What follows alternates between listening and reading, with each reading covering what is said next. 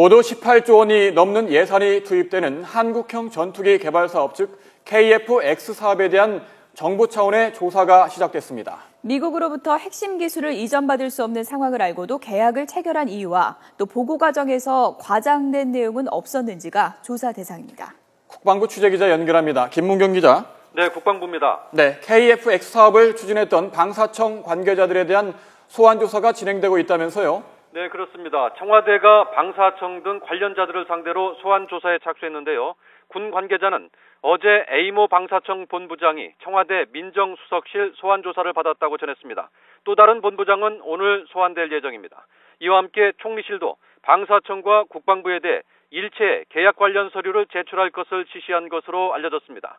정부는 한국형 전투기 사업 관련자 등을 상대로 미국으로부터 핵심 기술을 이전받기 어려운 상황을 알고도 계약을 체결한 이유는 무엇인지, 또 계약 내용에 대한 정부 보고 내용이 과장되지는 않았는지 등을 집중 조사하고 있습니다.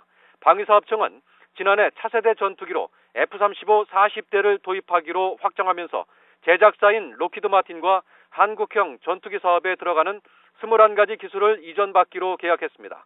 여기에 더해 한국형 전투기 사업의 가장 중요한 기술인 A사 레이더와 적외선 탐색 추적 장비, 전자광학 표적 추적 장비 등 핵심 4가지 기술도 이전받는 것을 추진하기로 옵션 조항을 체결했는데요.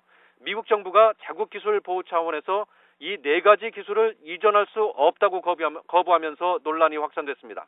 방위사업청은 이와 관련해 별도의 예산을 들여 A사 레이더 등에 대한 자체 기술 개발에 나섰지만 기술을 개발하더라도 미국 기술과의 호환성에 제약이 따른다고 밝혔습니다. 결국 모두 18조 원이 넘는 예산이 투입되는 한국형 전투기 사업도 차질을 빚을 수밖에 없게 됐는데요. 방사청은 당초 목표 연도였던 2025년까지 한국형 전투기 120대를 만들기는 어려울 것이라고 어제 입장을 바꿨습니다. 정부 고위 관계자는 정부 사업과 관련해 감사원이 아닌 청와대 민정수석실이 조사에 나선 것은 매우 이례적인 일로 이번 사안의 심각성을 반영한 것이라고 전했습니다. 지금까지 국방부에서 YTN 김문경입니다.